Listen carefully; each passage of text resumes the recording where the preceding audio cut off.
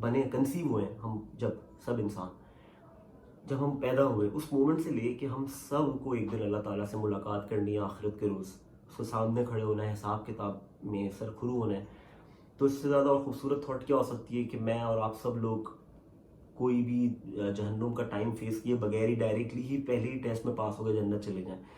تو وہ جو اللہ تعالیٰ سے آخرت کی روز ملاقات ہونی ہے میری، آپ کی، ہم سب کی، اس ملاقات میں اور ہمارے بیچ میں جو وقت حائل ہے، جو ٹائم ہے، وہ ہر سیکنڈ کم ہوتا جا رہا ہے، ہر سیکنڈ کم ہوتا جا رہا ہے. ایوری پاسنگ مومنٹ ہم اس مومنٹ کے قریب آ رہے ہیں جب ہم پھر مریں گے، پھر قبر میں جائیں گے، پھر قبر سے اٹھیں گے، پھر زندہ ہوں گے، پھر آخرت کے روز اللہ تعالیٰ کے سامنے آ کے کھڑے ہو جائیں گے. تو مجھے لگا یہ جو لارجر اسکیم آف تھنگس ہے نا، کہ اس دن مجھے وہ کھڑا ہونا ہوگا، تو اس وقت اللہ تعالیٰ ول نو کہ مائی نیت was to spread hope, so let's just do this and tell people. اور مجھے اور بھی کچھ قرآن سے ریلیٹڈ میری لرننگز اور چیزیں شیئر کرنی تھی، ایکچولی بہت ساری اور باتیں، بٹ مجھے ایسا لگا کہ اگر میں وہ بھی اس ویڈیو میں ڈال دوں تو یہ فار ون ویڈیو بہت سارا کانٹینٹ ہو جائے گا. So I make a part 2 of it where I talk about particular surahs. In fact میں نے ابھی سورہ بقرہ، سورہ انبیاء کا جو ذکر کیا، ان کی بھی بہت ساری اور باتیں خوبصورت جو میں شیئر کرنا چاہتا ہوں. کچھ اور سوراز ہیں. پھر ایک قرآن تھیراپی میں نے ڈیزائن کی اپنے لیے جس نے مجھے بہت ہیلپ کیا، جہاں پہ میں کچھ ریسیٹیشنز، کچھ قرآن کو پڑھنے والے بہت خوبصورت قاری ہیں، ان کی ویڈیو لگا کے ساتھ قرآن میں ترجمہ سننا اور قرآن کو سمجھنا اور سننا اور اس سے سکون لینا. تو وہ کون سی سوراز، کون سی آیاز، کون سی لنکس، کیا سب کچھ کی ایک میں اور پارٹ 2 اس کا بنا لوں گا. سو انشاءاللہ very soon I put that video out as well. But for now, this was what I wanted to say in this episode of Hope at 11th Hour. And this is episode 9, and my name is Sharik, and I look forward to seeing you guys again. Thank you.